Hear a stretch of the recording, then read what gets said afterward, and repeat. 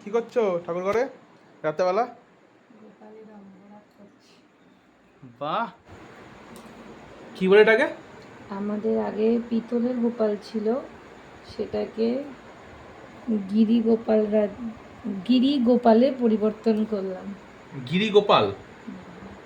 মানে এই রূপকে গিরিরাজ বলে, তো সেটাকে আমরা বলি গিরি গোপাল রূপ।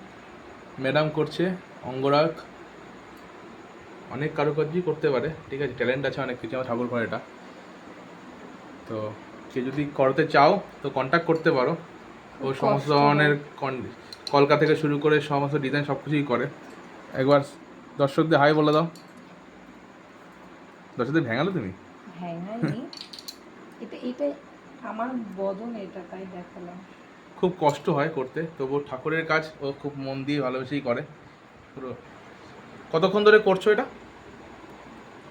বেশিক্ষণ না, তাও কত সময় লাগে? করতে অনেক সময়ই লাগে। হ্যাঁ, আমি আজকে দুপুরে প্রাইমার মেরে রেখেছিলাম। প্রাইমার মারতে হবে? আগে সাদা প্রাইমার মেরে নিতে হয়, না হলে রংটা ধরতে সময় লাগে। সামনে থেকে দেখাই, একটু সরো দেখি। দাঁড়াও 1 মিনিট। তারপরে 8টার সময় আমি কালো রংটা করি। তারপরে কালো রংটা শুকিয়ে যাওয়ার পর সামথিং 9:30 থেকে আমি কাজ স্টার্ট করি। মানে 9:30 থেকে এখন বাজে প্রায় তোমার 12টা বাজে, 2.5 ঘন্টা।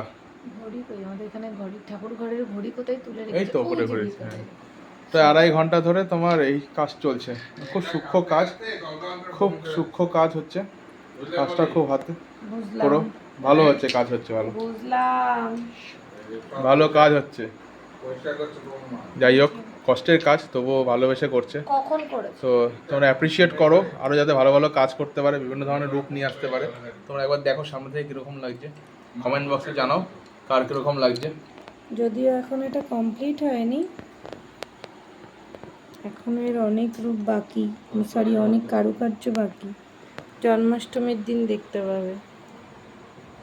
তোমরা সাপোর্ট করো যাতে আরও ভালো ভালো কাজ করতে পারে ও, ঠিক আছে? তবে আপাতত টাটা, বাই, তোমরা ভালো থেকো সবাই, গুড নাইট।